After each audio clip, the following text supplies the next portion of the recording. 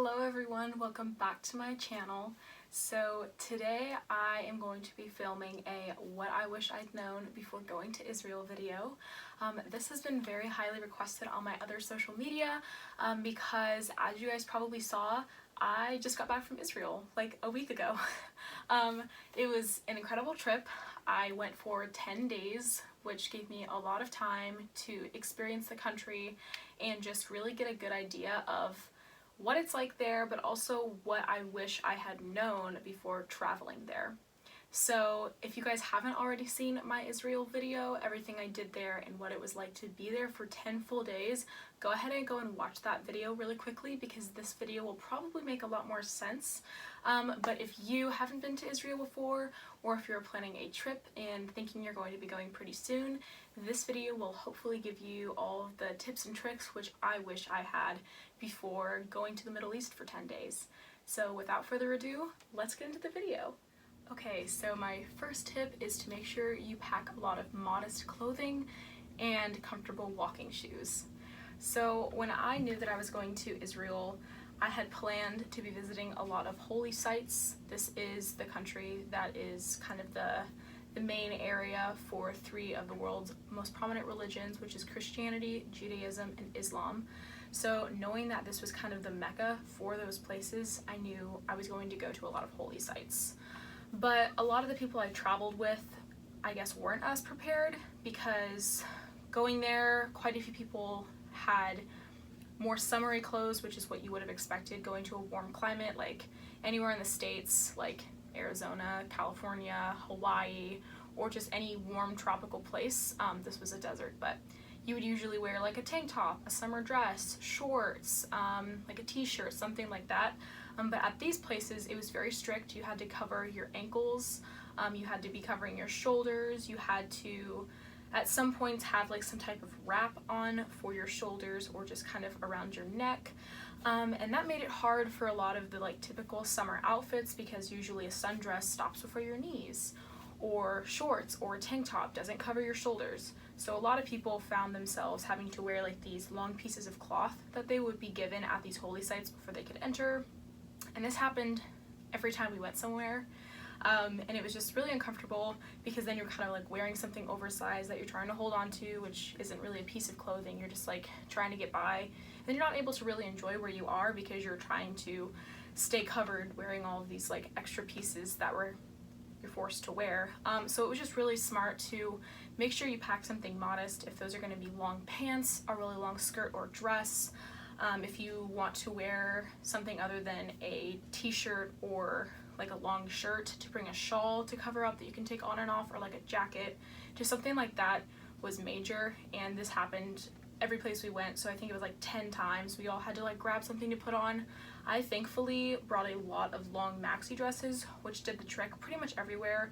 I did bring some shawls, which if you guys watched my video from the travels, like my vlog, you'd see me wearing a shawl pretty often because I brought that just to supplement, like if my t-shirt was just like a little bit too high up, to make sure I covered most of my arms, stuff like that. And then the shoes, everything there is pretty spread out. Well, everything is close together, but in order to get from like one site to the next, or even just like walking through the city of Jerusalem, it is pretty far. So you want to just make sure you have like comfortable shoes. I wore sandals, which were never a problem.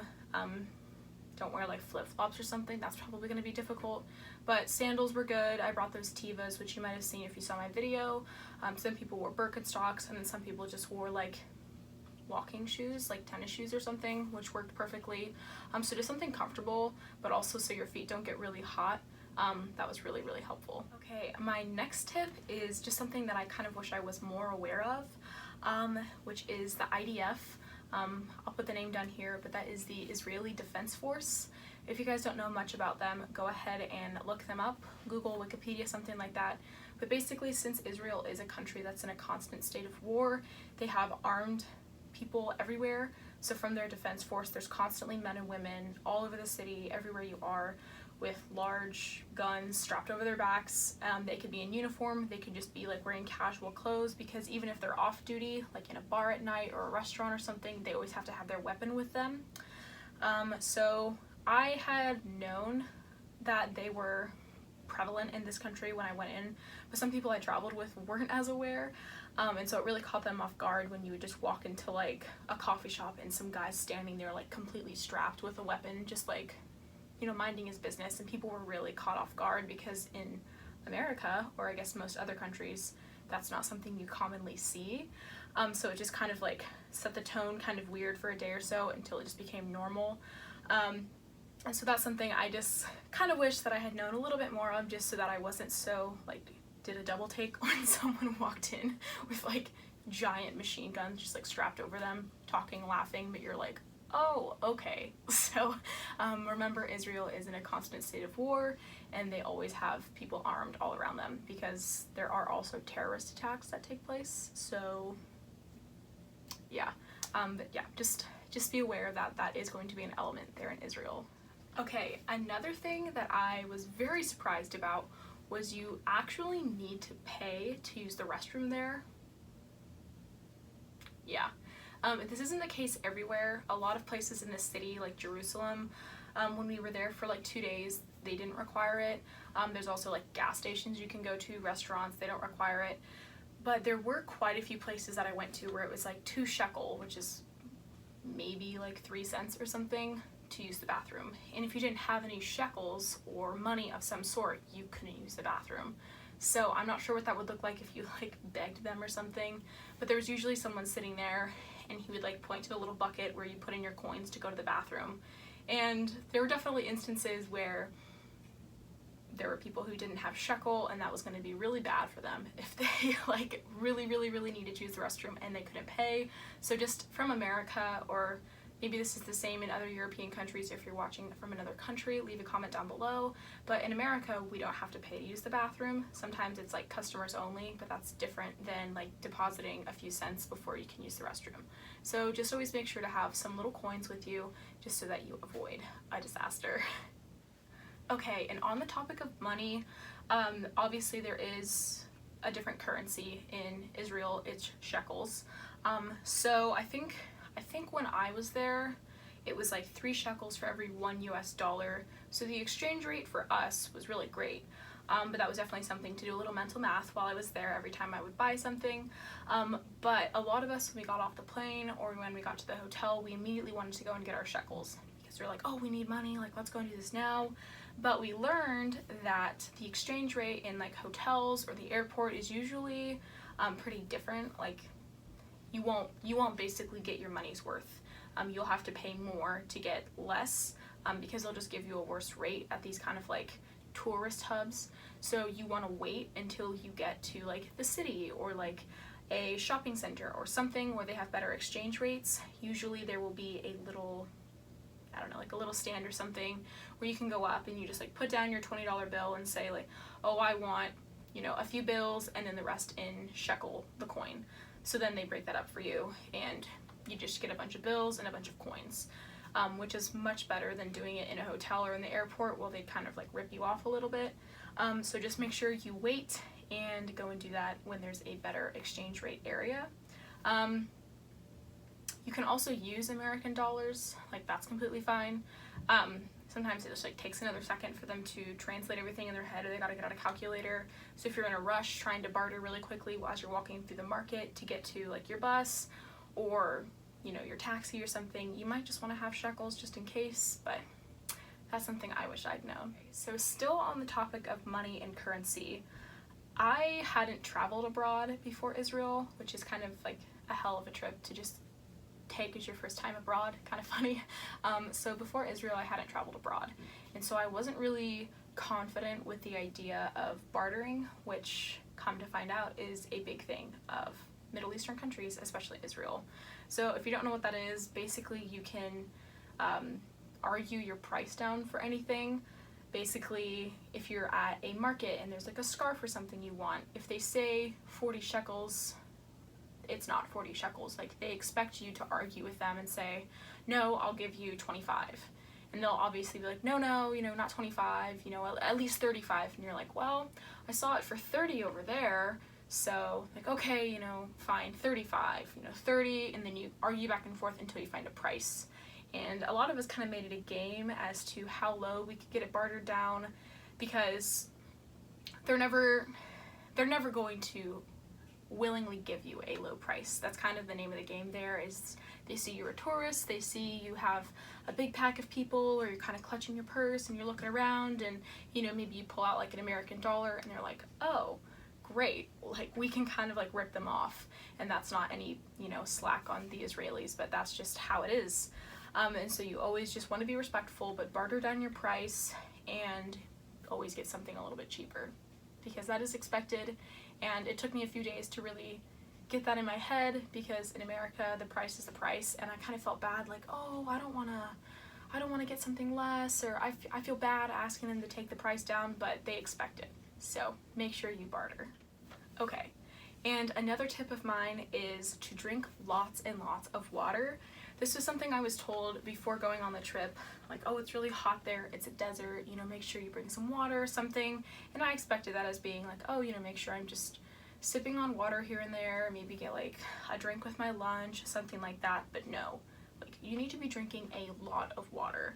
I think we were supposed to be drinking like a bottle every 40 minutes or something, like just chugging water, because we were getting dehydrated extremely quickly. You're sweating a lot, you're walking a lot, you're just out and about, and I wasn't used to that. And a lot of us actually got really, really sick. I'll mention that later, but we got extremely sick, a lot of it from dehydration. A few of us actually had to go to the hospital and get an IV because we weren't drinking enough water. And thankfully the bus that we were on, like, again, I went with like a group, so we had water constantly, and like a bus driver who would like fill up our water, I don't know, like bins. We just always grabbed bottles of water as we went in and out. But even then we weren't drinking enough, and I can't imagine if I was just there by myself or with a friend and had to constantly think like, oh, I need to find somewhere to fill up my water or to buy another bottle. So just keep that in mind, to bring something disposable or reusable that's just easy to keep filling up. And make sure you're drinking a lot of water so that you don't end up in the hospital like we did. Okay, and kind of on that same topic, prepare your body before the trip to be eating a lot of different food. This was something that I also think was a factor in why so many of us got really sick, because there were some people in the group who were really used to eating Mediterranean food, or just food with a lot of high fat, high sodium, just different, I guess, food content, food makeup that I don't usually eat a lot in the States. I went from eating like avocado toast and strawberries every day to eating like a slab of lamb and like just a lot of like kind of greasier foods, or things that just had a lot of spices. And that was just something I wasn't as used to. So I think that sudden shock to my body of like, I haven't seen a piece of toast in days, or like it was just really out of nowhere. So then we got really sick. So I guess maybe a few days leading up to the trip, eat more Mediterranean food, eat a lot more vegetables, eat a lot more meat, you know, try to explore some spices, maybe go to a more authentic food store or market and just try some stuff, so that when you get there and that is your main food source for a week or so, that your body isn't so out of whack and kind of in shock from just like that constant hit of something so different. So again, this isn't the case for everyone, but if you aren't someone who eats very adventurous foods, definitely consider trying it out a little bit before you go. Okay, and on the topic of traveling, here are kind of more tips geared on that topic. So one of the things that I found very interesting was that we did not get a passport stamp. So when we entered the country and when we exited the country, we did not get a stamp on our passports. For me, that was kind of surprising, because granted, I hadn't traveled a lot, but I was expecting to get like a cool stamp on my passport and just kind of that whole gig. But instead we got a tiny piece of paper with our faces printed on it and some other preliminary information. It was like this big, and they told us that we had to keep that with us and make sure we didn't lose it, because that was our stamp for our passport. So then I was like, oh my gosh, if I lose this piece of paper, like I can't get out of the country, or like I can't get back in. So I was very diligent about making sure I kept that paper. And the reason behind this apparently is just in the current state of international relations and everything that's going on in Israel, a lot of countries won't let you travel there if you have an Israeli passport stamp. So I'm not sure exactly what those nations are, but I'm thinking a lot of Middle Eastern countries, or maybe even some European countries. If you try to travel there and you have a stamp from Israel on your passport, they're not going to let you in, because of their own security reasons, I guess, not really sure. But with that little card, I definitely was surprised. I thought that was kind of interesting. Like immediately we stepped in and it was like, oh, this place is much different. So just make sure you have a good system set up. If it's a wallet, if it's in the back of your phone case, if it's, you know, stuffed in your passport, hidden in your suitcase, I don't know, something. Just make sure you don't lose that piece of paper and just expect to have that. So that's kind of like a little added thing to have to take care of, and just don't lose it. Okay, and then this one's pretty obvious, but make sure you bring adapters for your charger. So I was looking online for adapters to bring, and there's apparently a difference between adapters you would use in like Europe or places like that, which would be like the normal travel place, I think, for a lot of college individuals, young adults, just because it's kind of a hub right now. But traveling to the Middle East, there's different ones you want to grab. I forget exactly what they are, but you can look it up. It's like some type of, it's like an H charger or something. So just make sure you get those. I bought 3 of them on Amazon. I think they were like $9 or something. I had them overnighted, pretty inexpensive. But just make sure you get those and then you bring them with you, because sometimes there are places where you can just like plug in your USB port type on your charger. But it was really a bummer when we would show up at a restaurant like, man, I have 2% left on my phone, I better charge it real quick, and then we'd forgotten our adapter. So that's something that's just not always in your mind while you're in America or most other places. So make sure you bring your charging adapter. And then my final tip is make sure you are ready to survive a plane ride. A long plane ride. So I kind of expected the long plane ride, obviously. I think for me it was about 20 hours, which is crazy. It was so much. But I, again, had never traveled abroad, so I was kind of like, okay, what am I supposed to do for 20 hours in a small plane seat? So there were a few times that I paid a fee to just upgrade to like a nicer seat. I didn't like fly first class or anything. That's insane. If you can, good for you, but I couldn't afford that. So I just would upgrade to like maybe a little bit more legroom or something so it was more comfortable. But make sure you bring baby aspirin. That was a big thing.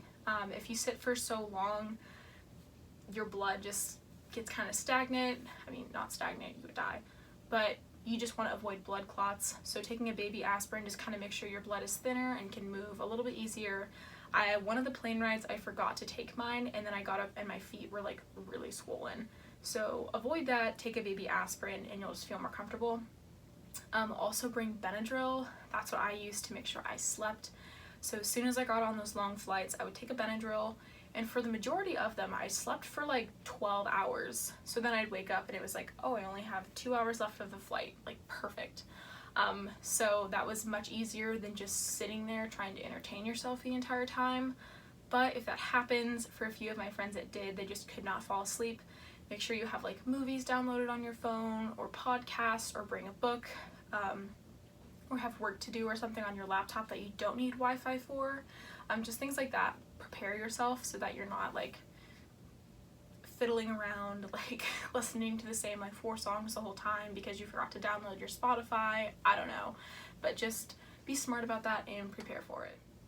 Okay guys, so that's going to end my video. I hope you really enjoyed it, and if you are traveling abroad or to Israel soon, that you use some of these tips and you find them helpful, or if you're someone who has traveled to Israel before and there are some tips that you think I should add or just know for the future, make sure you leave them in the comments down below, and that people who maybe want to scroll through the comments and get some more information can look there. That would be really, really helpful. But again, thank you all so much for watching this video. I hope you found it helpful, and I will try to make some more videos in the future as soon as I find some really interesting facts to save you all some trouble. So thank you again, and I will see you in my next video. Bye!